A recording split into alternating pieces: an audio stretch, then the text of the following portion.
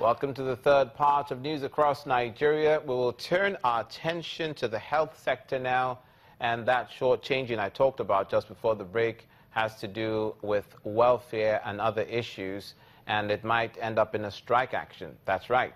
Medical doctors under the aegis of the National Association of Governments, General Medical and Dental Practitioners have threatened industrial action over allegations of poor conditions of service and shortage of manpower at government hospitals across Ogun State. At an emergency meeting of the association in Al-Makura, the state capital, the doctors say the action became imperative in view of the attitude of government to their demands. Meanwhile, the State Commissioner for Health says the state government is not unmindful of their plight, but wants them to show better understanding in the face of the current financial challenges. Members should commence on a Monday and a Tuesday strike every week, starting from Monday 13 June 2016 till above mentioned problems are corrected. Our demands: government should equip our hospitals better so that best treatment could be offered to the citizens of the state. The hospital pharmacies should be stocked with drugs. This will stop the citizens from wasting money in buying substandard drugs outside the hospital. Road leading to the hospital should be repaired. Ambulance service should be provided in all general hospitals for easy convenience of referred cases. More health workers should be employed to reduce the waiting time of patients in the hospital and also to reduce the stress on the health workers. Payment of relativity is sacrosanct.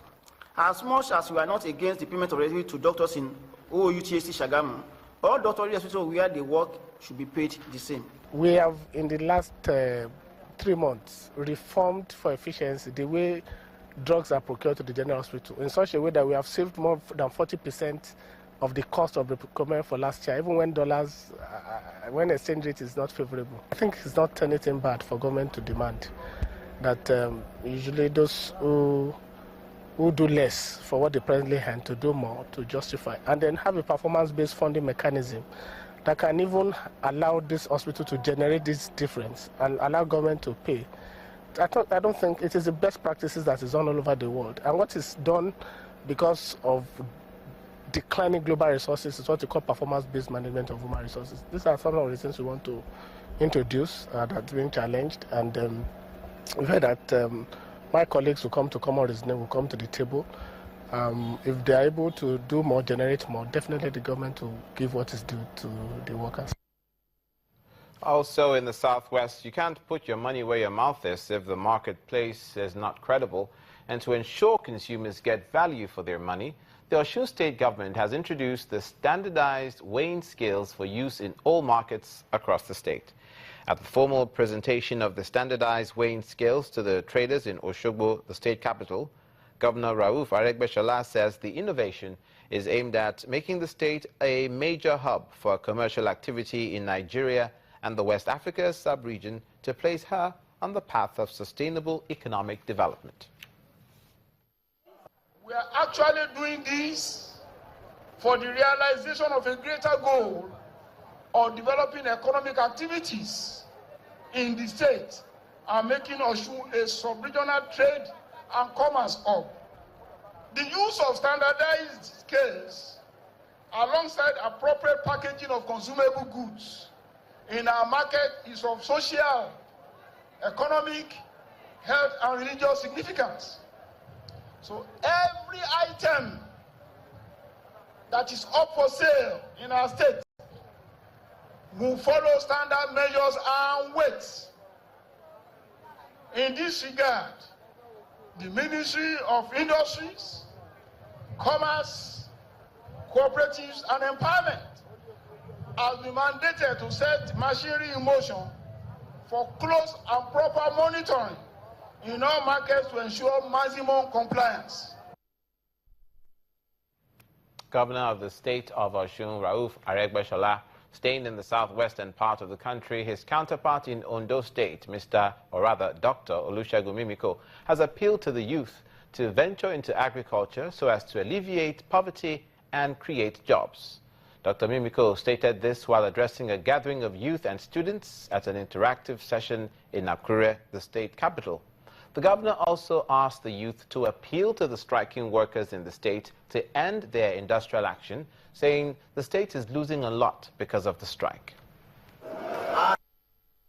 try to seek and obtain knowledge from wherever you can find it. It is knowledge that rules the world.